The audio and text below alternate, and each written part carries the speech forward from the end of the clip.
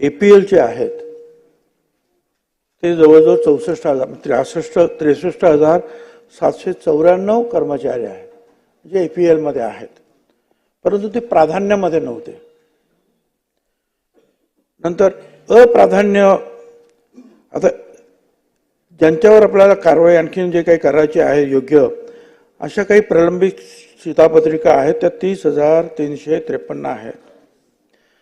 अध्यक्ष महोदय, या संदर्भात मी मगाशीच सांगितलं, ज्या ज्या डिपार्टमेंटमध्ये हे कर्मचारी काम करीत आहेत त्या सर्व डिपार्टमेंटना त्यांची नावं आणि त्यांनी केलेलं हे जे धान्य जे घेतलेलं आहे आणि तर त्या संदर्भामध्ये जे आहे कारवाई करण्यास सांगण्यात येईल. प्रश्न क्रमांक 3 आता भास. याच्यामध्ये निकृष्ट दर्जाचं तांदूळ मोठ्या प्रमाणात येतात देशभरात, त्याच्यात प्लास्टिक मिक्स असतात, प्लास्टिकचे तांदूळ असतात. आहे ना, तुम्हाला नसेल तर मी आणून देतो उद्याच तुम्हाला. पण ते शिजतात का? नाही ना, शिजतात नाही. अध्यक्ष महाराज, निकृष्ट दर्जाचं तांदूळ मोठ्या प्रमाणात येतं.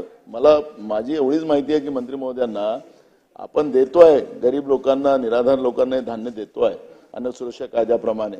डॉक्टर मनमोहन सिंग साहेबांच्या काळातला हा कायदा आहे अध्यक्ष महाराज, त्याच्यामुळे आपण देतोय. पण अध्यक्ष महाराज, आमचं एवढंच म्हणणं आहे की हा जो निकृष्ट दर्जाचा तांदूळ येतो आणि मोठ्या प्रमाणात त्याच्यात प्लास्टिकचा तांदूळ सुद्धा येतो, हे माननीय मंत्री महोदयांना माहिती आहे की नाही, एवढंच आमचं म्हणणं आहे. आणि असेल तर मग त्याच्यावर कारवाई काय?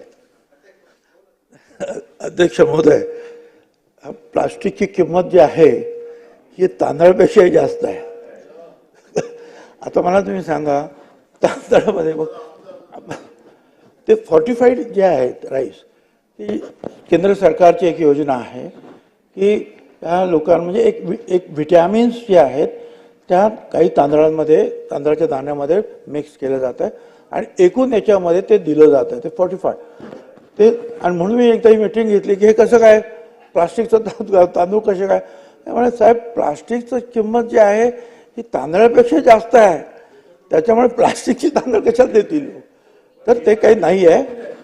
मी त्याची पूर्ण माहिती घेतली. ही जी आहे त्याच्यावर प्रक्रिया केली जाते काही विशिष्ट एका धान्यावर काही, आणि ते मिक्स केलं जातं ज्याच्यामध्ये त्याच्यामध्ये ते व्हिटॅमिन्स वगैरे जे आहेत मिळवलेले असतात.